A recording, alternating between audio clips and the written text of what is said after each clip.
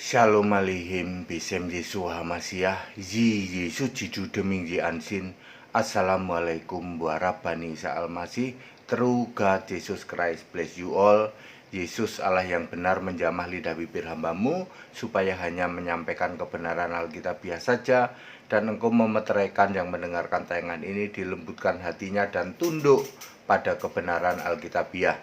Segala hormat kemuliaan untuk Yesus Allah yang benar, Allah segala masa, sebelum segala abad, sekarang sampai selama-lamanya.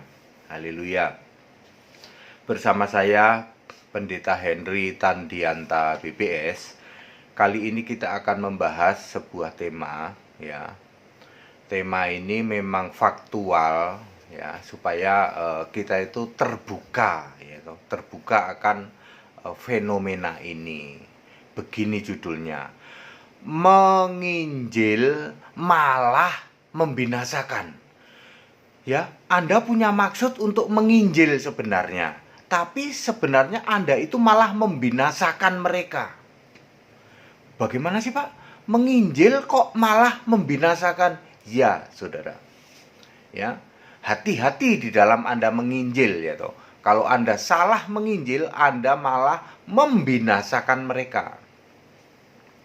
Kami punya mahasiswa dari Papua. Papua itu cukup di pedalaman, ya. Tidak pedalaman banget sih, ya, di kota kecamatan, ya.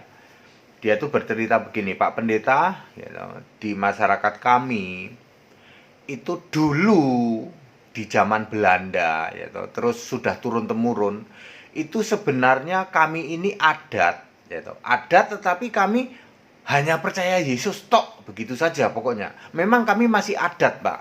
Adat, tetapi ketika ditanya, Anda bagaimana percaya imanmu? Yesus, ya. Yesus juru selamat, walaupun kami masih melaksanakan berbagai macam adat. Hanya itu saja. Saudara-saudara, sebenarnya orang yang tidak tahu tentang Injil, gitu, dia taunya pokoknya cuma nyembah Yesus. Dia taunya pokoknya cuma percaya Yesus. Tapi kami masih melakukan adat istiadat dan hal-hal yang sebenarnya kami tidak tahu itu Alkitab apa enggak, gitu. Saudara-saudara, yang begini malah sebenarnya nggak apa-apa. Sebenarnya dia itu kalau menurut ukuran Roma 12 ayat 3, menurut ukuran iman, ukuran imannya ya cuman segitu, dia percaya Yesus tok, ya. Soal yang lain-lainnya kok ternyata dia nggak tahu, ya nggak apa-apa, ya. Itu malah diselamatkan, ya, dengan ukuran iman itu, ya. Contohnya misalnya penjahat yang disalib di sebelah Yesus, ukuran imannya cuman segitu. Yesus, nanti kalau engkau datang sebagai raja, ingatlah aku. Cuman segitu ukuran imannya, ya. Dia nggak tahu itu Yesus nanti jadi apa, yaitu hakim adil hari kiamat. Yesus apa, dia nggak tahu. Dia taunya cuman segitu imannya, lalu mati, maka diselamatkan, ya. Banyak nenek moyang kita, orang tua kita juga taunya cuma segitu tentang Yesus. Pokoknya aku cuman beriman pada Yesus tok. Yang lain nggak tahu, nggak diajarin, taunya cuman begitu. Malah hal seperti itu malah selamat, ya. Karena dia menyembah Yesus, dia tahu pokoknya yang saya sembah itu, yang saya imani itu Yesus tok. Malah selamat, saudara. Ya, sesuai dengan ukuran iman Roma 12 ayat 3. Demikian pula diselamatkan karena iman pada Yesus. Efesus 2 ayat 8. 2 Timotius 3 ayat 15 juga, keselamatan itu iman pada Yesus. Kisah 4 ayat 12 juga, hanya dalam nama Yesus selamat, ya.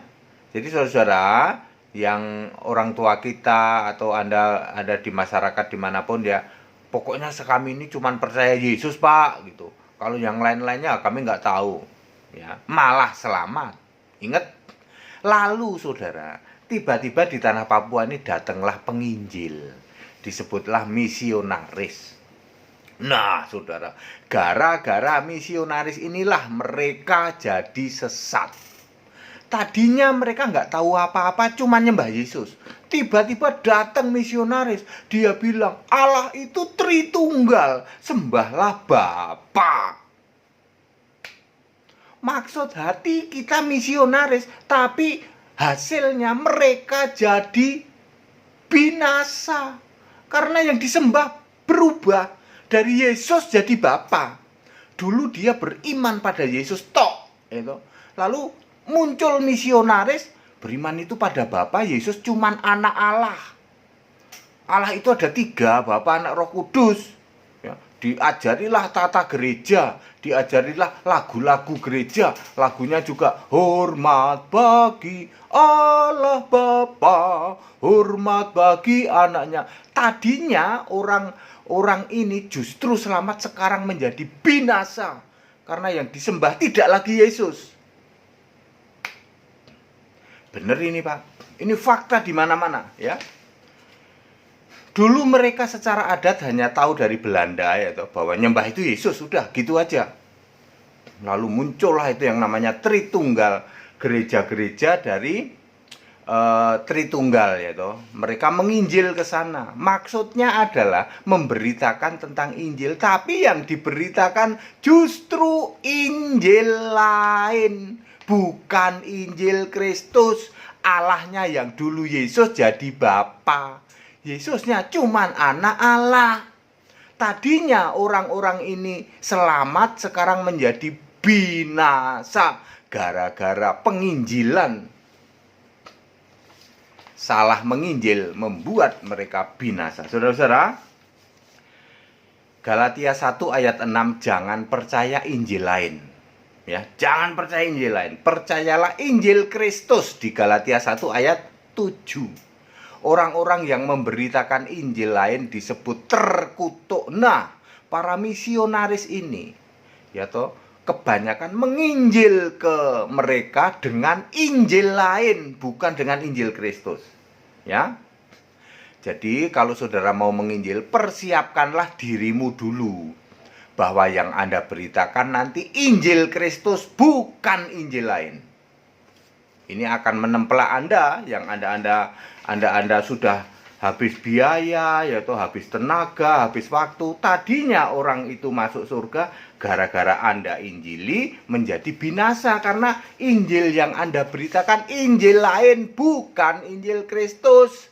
Tanpa sadar Anda sendiri penginjilnya disebut penginjil terkutuk. Galatia 1 ayat 8 dan 9. Mari kita lihat Injil apa yang harus Anda beritakan ke mereka. Berita Injil Kristus apa saja ya. Setidak-tidaknya 10 poin berikut. Anda kalau memberitakan Injil di luar 10 poin ini, berarti Anda memberitakan Injil lain, justru membinasakan mereka. 1. Allah itu esa, Markus 12 ayat 29. Kalau Anda memberitakan Allah tidak esa, Tritunggal, Anda membinasakan mereka. Yang Anda beritakan bukan Injil itu Injil lain. Allah itu esa, Markus 12 ayat 29 ya. Tuhan Allah kita, Allah itu esa ya. Kedua, Allah itu roh, Yohanes 4 ayat 24. Kalau Anda memberitakan Allah itu pribadi, ada pribadi Bapa, pribadi Anak, pribadi Roh Kudus, sesungguhnya yang Anda beritakan Injil lain, Anda sendiri disebut pendeta terkutuk ya. Mereka yang Anda beritakan binasa jadinya. Ketiga, Allah itu satu, tidak pernah tiga tapi satu, satu tapi tiga ya, Tritunggal tapi esa tidak ada. Allah itu satu, Galatia 3 ayat 20. Keempat, Allah itu maha hadir, Ibrani 4 ayat 13, bukan zat, bukan pribadi. Pribadi lagi ke mall, nggak balik-balik. Tuh 2, 3, 4. Nomor 5, Allah itu Yesus Kristus. 1 Yohanes 5 ayat 20, Yesus Kristus Allah yang benar dan hidup yang kekal. Jadi jangan lagi memberitakan Allah itu Bapa ya. Anda sudah, konteks waktu sudah lewat, yaitu Allah itu Yesus Kristus ya. Udah benar mereka, lalu gara-gara Anda datang menjadi salah, menjadi binasa. Nomor 2, 3, 4, 5. Nomor 6, nyembah itu pada Yesus, bukan pada Bapa. 2 Petrus 3 ayat 15 ayat 18, Roma 11 ayat 36. Segala hormat kemuliaan itu untuk Yesus, bukan untuk Bapa. Ya, Bapa itu kiasan Yesus, sudah selesai, sudah finish ya toh. Jadi sekarang Yesus adalah Allah yang benar, itu nyembah ya pada Yesus ya. Nomor 7, doa itu langsung pada Yesus Kristus, bukan lagi doa Bapa kami. Bapaknya saja sudah nggak ada. Ya, Bapa yang Anda agung-agungkan, Anda sembah itu adalah Bapa kiasan. Sudah finish ketika Yesus naik ke surga. Yohanes 16 ayat 25, Bapa itu Bapa kiasan ya. Sembahlah Bapa yang kekal di dalam Yesaya 9 ayat 5, tak lain tak bukan Yesus Kristus. Jadi doa itu harus langsung kepada Yesus. Yohanes 14 ayat 14, Yohanes 16 ayat 26. Kemudian nomor 8, baptisan itu harus dalam nama Yesus Kristus, tidak lagi Bapa, Anak, Roh Kudus. Kisah 10 ayat 48. Ke 6, 7, 8, ke 9. Yang duduk di surga itu Yesus, tidak ada Bapa di tata surga. Wahyu 4 ayat 2. Seorang yang duduk di tata surga adalah Yesus Kristus. Ke-10, nyembah Bapa justru dosa. Yohanes 8 ayat 24. Jadi itu ke-10 poin yang Anda harus lakukan. Jangan sampai Anda memberitakan di luar 10 poin ini. Di luar 10 poin ini dijamin Anda memberitakan Injil lain. Saya ulang. 1. Allah itu esa, bukan Tritunggal. 2. Allah itu roh, bukan pribadi. 3. Allah itu satu, tidak pernah tiga tapi satu ya. Allah itu maha hadir, bukan pribadi, bukan zat. Kemudian Allah itu Yesus Kristus, bukan Bapa. Bapa adalah kiasan Yesus, sudah finish. Bapa yang kiasan ini sudah berubah menjadi Bapa yang kekal, yaitu Yesus Kristus. Nyembah itu pada Yesus, bukan lagi pada Bapa. Doa itu langsung pada Yesus Kristus, bukan lagi doa Bapa kami. Baptisan itu dalam nama Yesus Kristus, bukan lagi dalam Bapa, Anak, Roh Kudus. Yang di surga itu Yesus Kristus, tidak ada Bapa di tahta surga. Nyembah Bapa justru dosa.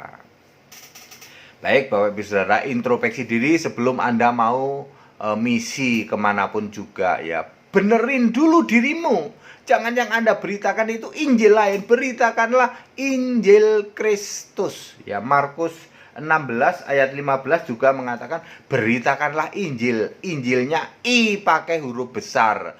Kalau Injil lain itu I-nya huruf kecil, Injil lain I huruf kecil. Kalau Injil yang disuruh diberitakan adalah Injil Kristus, I-nya pakai huruf besar. Ada di 10 poin. Anda menyimpang dari itu, Anda membinasakan mereka ya. Menginjil kok malah membinasakan gitu. Udah habis biaya gitu.